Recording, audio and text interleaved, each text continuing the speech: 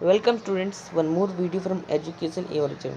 तो आज हम पढ़ने वाले master board SSC history and political science में second chapter historiography Indian tradition part 2। Part 1 में ट्रेडिशन ऑफ इंडियन हिस्टोरियोग्राफी में historiography in the medieval period हमने पढ़ा था।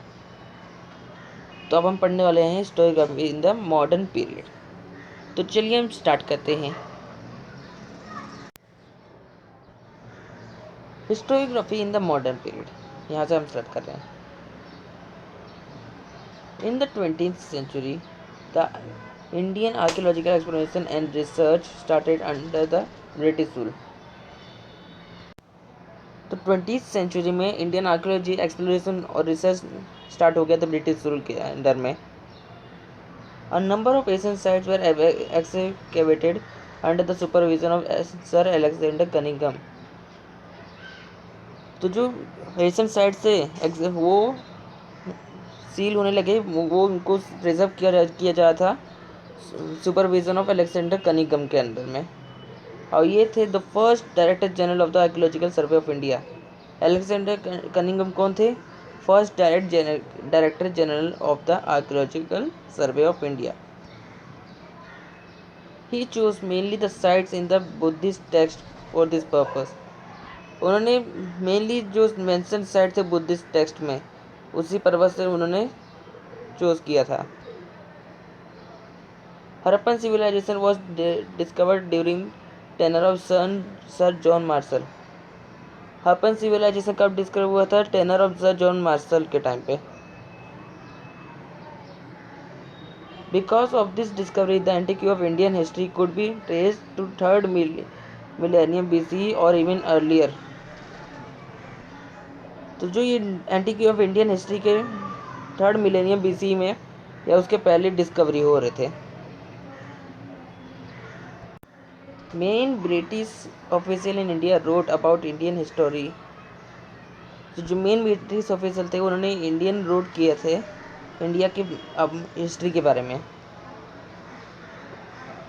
There writing display strong influence of the colonial policies of British. तो उन्होंने इनके writing ने डिस्प्ले किया था कि उनके जो स्ट्रॉन्ग इन्फ्लुएंस थे, यानी कि मजबूत इन्फ्लुएंस थी कर्नल पॉलिसी से ब्रिटिश के, उसके बारे में डिस्प्ले किया गया था।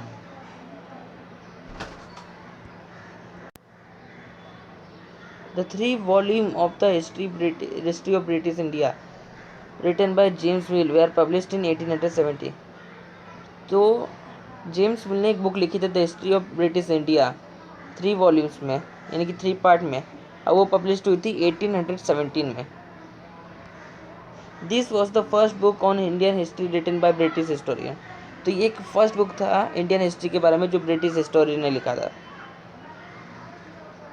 It clearly reflects an absence of objective perspective and prejudiced aspect of various aspect of Indian culture। उन्होंने क्लियरली रिफ्लेक्ट किया था जो एब्सेंस ऑफ ऑब्जेक्टिव्स थे, पर्सपेक्टिव और प्रेजुडिस थे इंडिया के वेरियस कल्चर के बारे में डिस्प्ले किया था अच्छे से।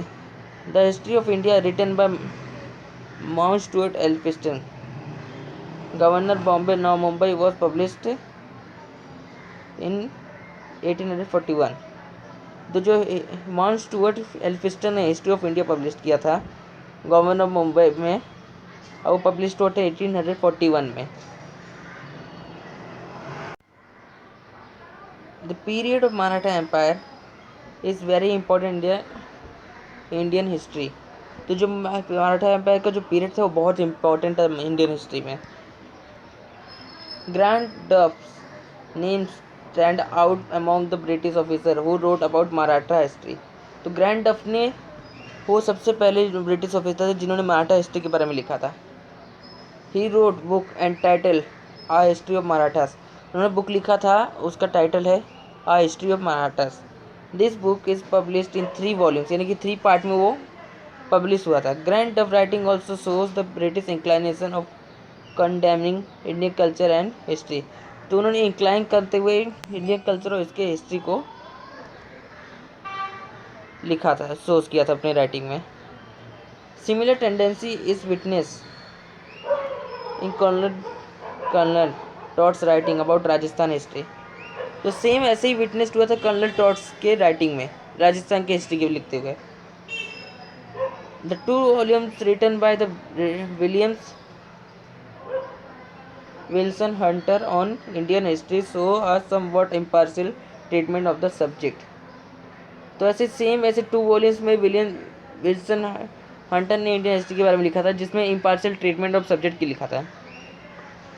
उसके बाद नीलकंठ जनार्दन कीर्तन and Vishwanath Kashinath Rajwade were 2 Indian historians who took upon the task of exposing the limitation of grand tough writing। तो जो ग्रैंड टफ और बाकी हिस्टोरियन के जो राइटिंग्स थे उनको एक्सपोज करते हुए नीलकंठ जनार्दन कीर्तन और विश्वनाथ काशीनाथ राजवाड़े हिस्टोरियन, उन्होंने एक्सपोज किया उनके राइटिंग को, स्टार्ट कर दिया। तो चलिए यहाँ पे ये पार्ट खत्म हुआ ट्रेडिशन ऑफ इंडियन हिस्टोरियोग्राफी। और यहाँ पे हम नेक्स्ट पार्ट पढ़ेंगे Indian historiography various ideological framework. तो किस किस टाइप के हिस्टोरियोग्राफी थे इंडियन ट्रेडिशन में, इंडियन हिस्टोरियोग्राफी के। तो चलिए हम स्टार्ट करते हैं। कर्नल हिस्टोरियोग्राफी किस टाइप का है? The early scholar who studied in and write Indian history were mainly British officers and Christian missionaries।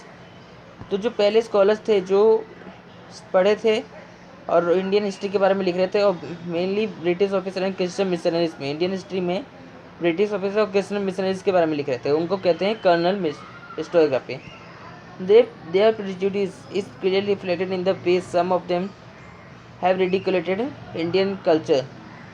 तो उनके जो प्रेजुडिस थे क्लियरली रिफ्लेक्ट कर रहे थे कि उनके रिडिकुलेट इंडिया कल्चर को इंक्लाइन किया गया है। Their writing were used to justify the colonial British rule। तो उनके जो राइटिंग थे वो इस्तेमाल किया जाता है जस्टिफाई करने के लिए कॉलोनियल ब्रिटिश रूल को। The 5 volume of Cambridge history of India publish during 1922 to 1937। तो जो 5 पार्ट थे कैम्ब्रिज हिस्ट्री ऑफ इंडिया के पब्लिश हुए थे 1922 से 1937 के बीच में, are distinct example of colonial historiography. तो ये जो ये डिस्टिंक्ट एग्जाम्पल थे, एक मेन एग्जाम्पल थे कॉलोनियल हिस्टोरियोग्राफी के। नेक्स्ट है orientalist historiography. Many European scholars felt curious about civilization and countries of the East। तो जो बहुत सारे यूरोपियन स्कॉलर्स थे वो फेल्ट हो गए क्यूरियस थे सिविलाइजेशन और कंट्रीज ऑफ ईस्ट के बारे में पढ़ने के लिए। Some of those scholars felt admiration and respect for them।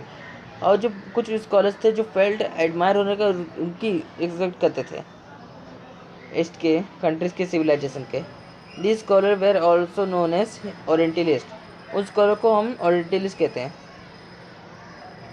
The Orientalists studied the similarity between Sanskrit and some of the European languages। तो जो ओरिएंटलिस्ट स्कॉलर्स थे उन्होंने स्टडी किया था सिमिलरिटी संस्कृत और यूरोपियन लैंग्वेज में। They focused more on वैदिक tradition and Sanskrit literature. उन्होंने बहुत फोकस किया था वैदिक ट्रेडिशन और संस्कृत लिटरेचर पर। Their studies resulted into formulating the notion of an ancient language that could be mother of all Indo-European language। तो उनके जो स्टडीज़ थे रिलेट करते थे, फॉर्मुलेट करते थे कि एशियन लैंग्वेज जो थे वो उनके मदर थे इंडो यूरोपियन लैंग्वेज के। In 1784, Sir William Jones founded Asiatic Society in Kolkata। It opened the doors for research in Indian literature and history। तो 1784 में विलियम जोन्स फाउंड किया कि एशियाटिक सोसाइटी इन कोलकाता में एक डोर ओपन हुआ research Indian literature और history के लिए। Among the Orientalist scholars, Friedrich Max Müller deserves a special mention। In his opinion, Sanskrit was the most ancient language of Indian European language। तो उनकी opinion से mention से कि संस्कृत एक बहुत एंशिएंट लैंग्वेज है इंडियन यूरोपियन लैंग्वेज में। He was deeply interested in Sanskrit literature He was first translated the Sanskrit text to Hito Pradesh. He was the editor of 50 volumes of the sacred books of East. ये 50 volumes के editor थे जो sacred books of east, यानी कि east की जितनी books थे 50 books को उन्होंने एडिट किया था. He also compiled Rigveda which has been published in 6 volume. उन्होंने ऋग्वेद को भी कंपाइल किया था 6 वॉल्यूम में. He translated Rigveda in German. उन्होंने ऋग्वेद को जर्मन में ट्रांसलेट किया था. Lately Edward said, a scholar who has re-evaluated the Orientalist writing has thrown light on imperialistic interest on Orientalist scholar. तो उसके बाद एडवर्ड ने कहा कि जो स्कॉलर वो इवेल्यूएट करता है ओरिएंटल राइटिंग को, वो लाइट थ्रू इम्परेटली इंटरेस्ट होते हैं ओरिएंटलिस्ट स्कॉलर्स के. नेक्स्ट है national historiography. The writing of Indian historians who were trained in British education system shows an inclination to restore the pride of Indian, ancient glory of India and self-esteem of Indian readers. तो national historiography का मतलब क्या है? तो जो historians थे, जो Indian historians है लिखते हैं, वो ब्रिटिश एजुकेशन सिस्टम में पढ़ के भी वो इंडियन हिस्टोरियन लिख रहे हैं. मैं आपको अच्छे से समझाता हूँ. The writing of Indian historian who were trend in the British education system. जो ब्रिटिश जो हिस्टोरियोग्राफी है इंडियन हिस्टोरी के थ्रू लिखे जाते हैं, जो हिस्टोरियंस ब्रिटिश एजुकेशन सिस्टम पढ़ के भी इंडियन प्राइड के बारे में लिखते हैं, इंडिया के ग्लोरी के बारे में लिखते हैं इंडियन रीडर्स के. Their writing are known as nationalistic historiography. ये डेफिनेशन नेशनल हिस्टोरियोग्राफी का.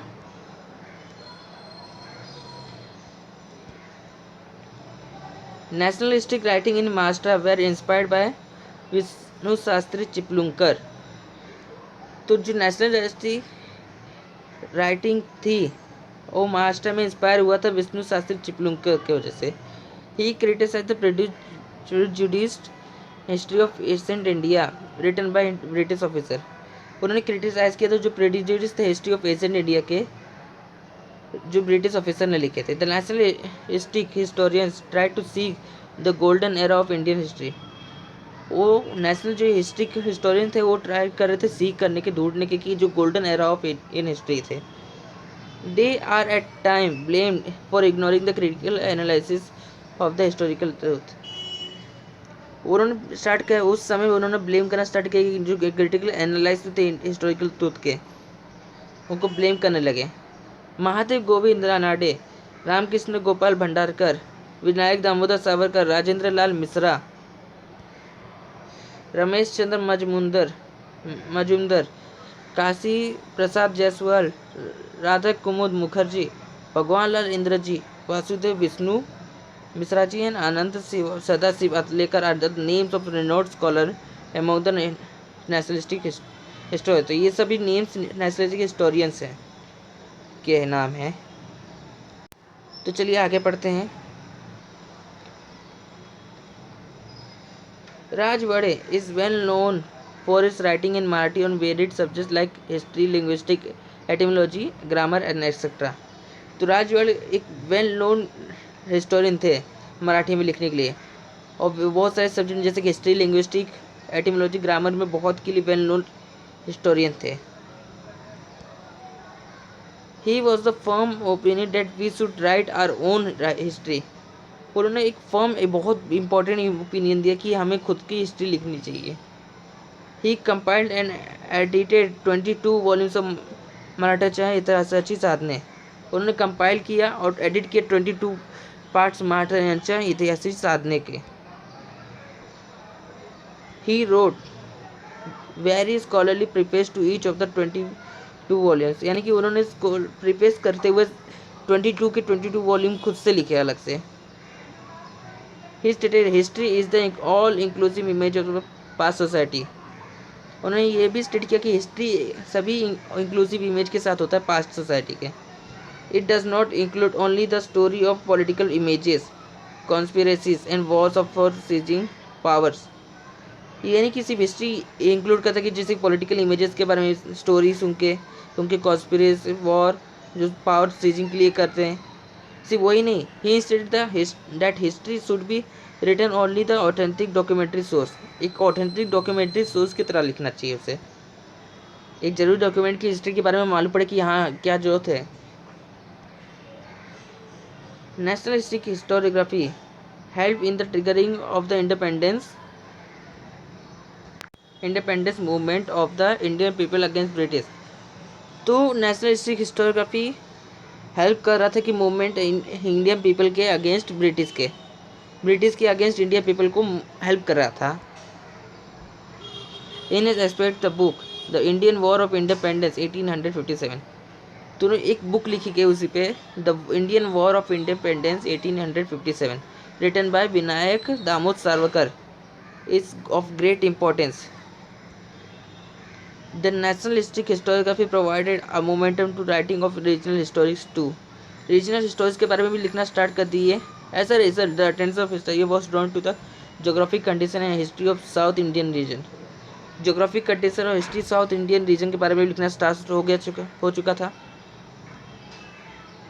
नेशनल हिस्टोरियोग्राफी के बाद है historiography in the post Indian independence, यानी कि इंडिपेंडेंस के बाद नेशनल हिस्टोरियोग्राफी कैसा लिखा जाता था। Historiography now along with writing dynastic history the cultural social economic history were also been written.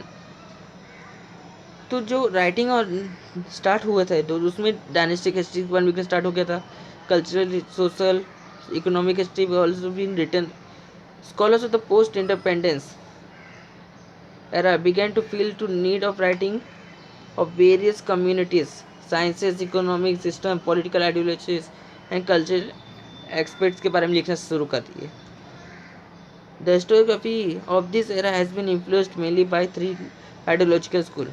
तो जो हिस्टोरियोग्राफी थे इस एरा में इन्फ्लुएंस्ड हुए थे बाय 3 आइडियोलॉजिकल स्कूल के मध्य से। वो कौन कौन से स्कूल है? Marxist history, subaltern history, feminist history से। तो पहला मार्क्सिस्ट हम हिस्ट्री देखते हैं। Marxist history. The concern for means of production, modes of production, and industrial relation were at the center of writing of a Marxist historian. तो यहाँ पे means of production और जो modes of production थे, production कैसे होते हैं उनके बारे में, कैसे इंडस्ट्रियल रिलेशन के बारे में राइटिंग जो थे उसको हम कहते थे Marxist history. According to analyze the impact of every school event of significance has remained the basic theme of Marxist historiography.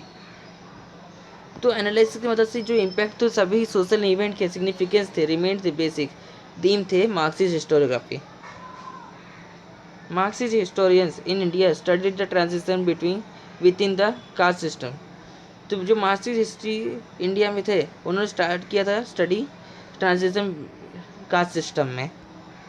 Among the notable Indian historians were adopted Marxist ideological framework.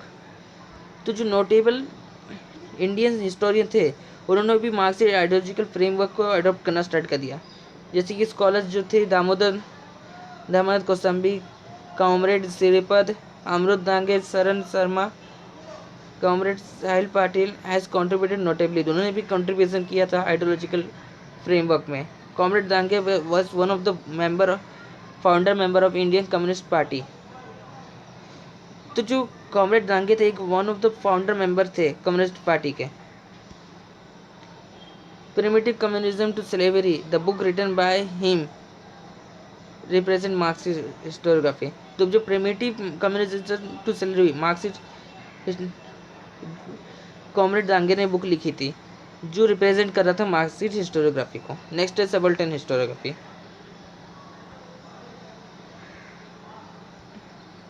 The seeds of subaltern historiography are found in the Marxist historiography.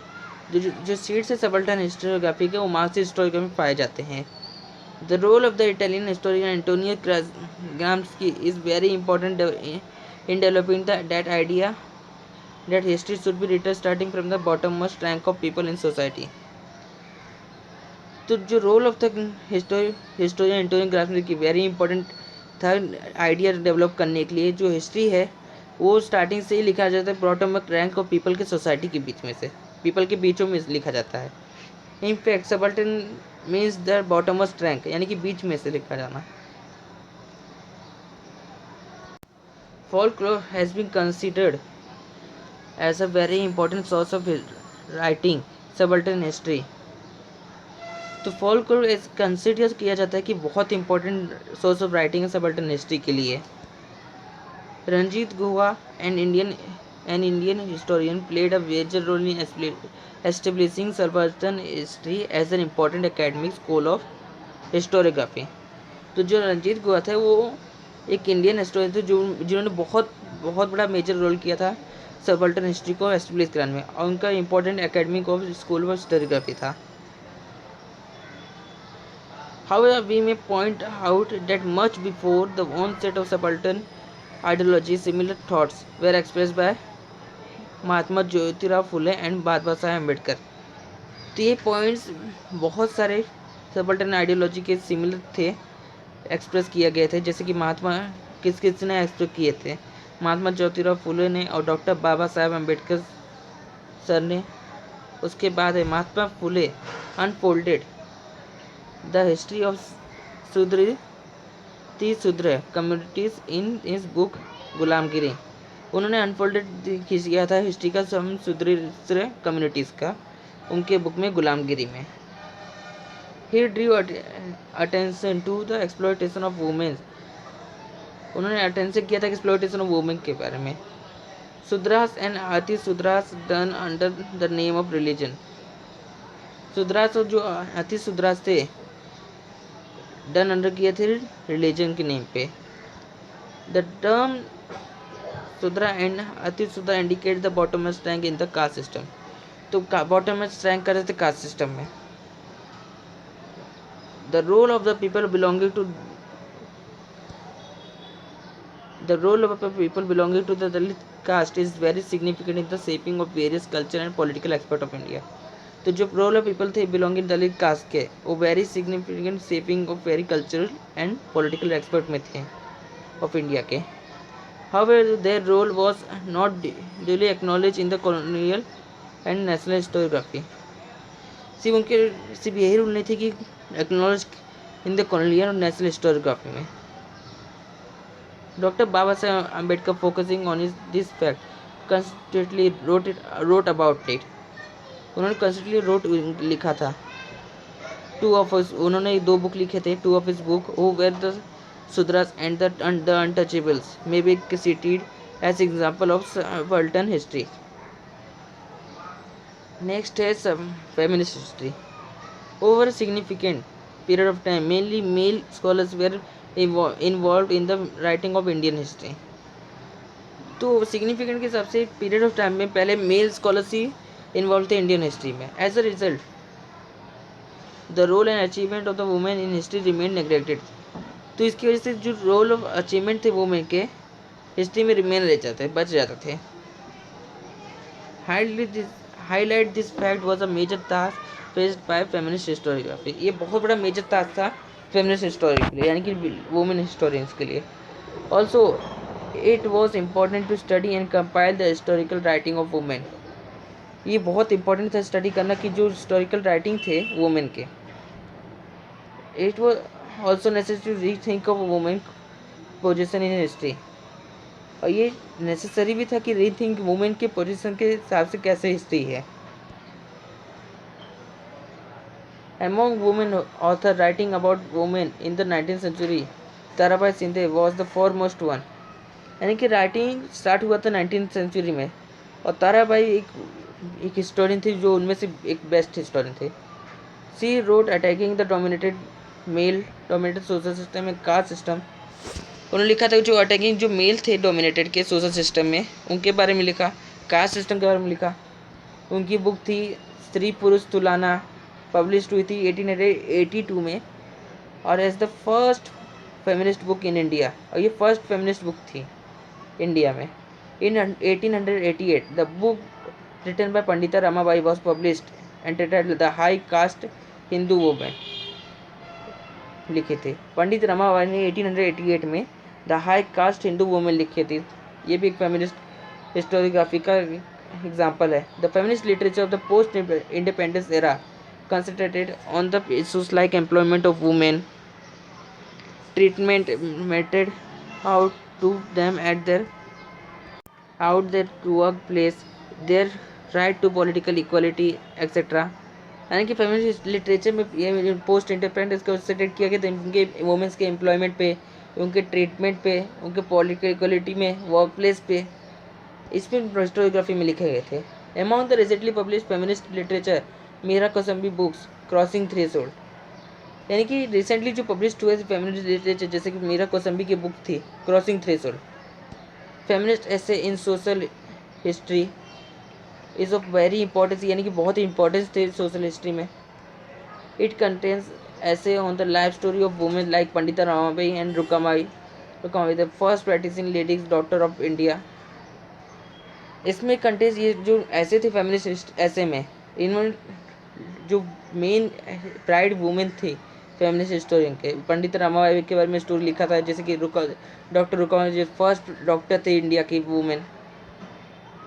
A lot of literature is available unfolding the view point of Dalit. इसमें बहुत सारे view point of दलित के बारे में लिखा था, unfold दलित women के बारे में लिखा गया था। Doctor Sharmila Rege work is noteworthy in the context. Her book rewriting caste, writing gender, reading Dalit women testimonies includes her essay in the autobiography।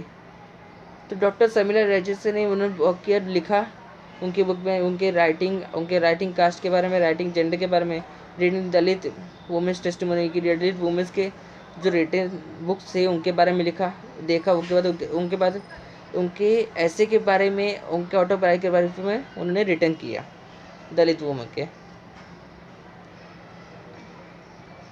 3. There have been a number of Indian historians who wrote without embracing a particular ideology। तो एक number of Indian historian थे जो without embracing a particular ideology, यानी कि बिना embracing particular ideology के लिखे जाते थे writing historiography. Among the historiography like sir Jadunath Sarkar, Surendra Nath Sen, Riyasatkar, G S. स्वदेशी एंड ये सब नोटवर्दी थे। In the recent times historians like Yashwant Dinkar Phadke, Ramchandra गोवा etcetera have contributed extensively to the historiography of modern India में। यानी कि दिनकर तो रिसेंट टाइम में जो हिस्टोरियंस थे जैसे कि यशवंत दिनकर फाड़के, रामचंद्र गोवा, उन्होंने बहुत ज़्यादा कंट्रीब्यूशन किए थे हिस्टोरियोग्राफी ऑफ मॉडर्न इंडिया में। Thus it is evident that the Indian historiography has been influenced greatly by the social and political movement। तो ये एविडेंट है कि इंडियन हिस्टोरियोग्राफी इन्फ्लुएंस्ड होता है बाय सोशल और पॉलिटिकल मूवमेंट की मदद से। It seem that some part of the Indian historiography has developed outside the influence of this movement. तो इसका मतलब इससे देखा जाता है कि जो कुछ पार्ट ऑफ इंडियन हिस्टोरियोग्राफी के थे वो डेवलप होते आउटसाइड इन्फ्लुएंस के और ये सब मूवमेंट के। तो यहीं पे हमारा चैप्टर खत्म होता है। इसके एक्सरसाइज नेक्स्ट वीडियो में आपको मिल जाएंगे। बस आपको चैनल पे नए हो तो चैनल को सब्सक्राइब करिए और बेल आइकन दबाइए ताकि आपको आगे के वीडियोस मिलते रहें। और ये वीडियो को ज़्यादा से ज़्यादा शेयर कर, अपने फ्रेंड्स को शेयर करिए, अपने क्लासमेट्स को शेयर करिए ताकि वो भी आपके साथ हेल्प हो पाए उनकी और आपकी। Thank you for watching.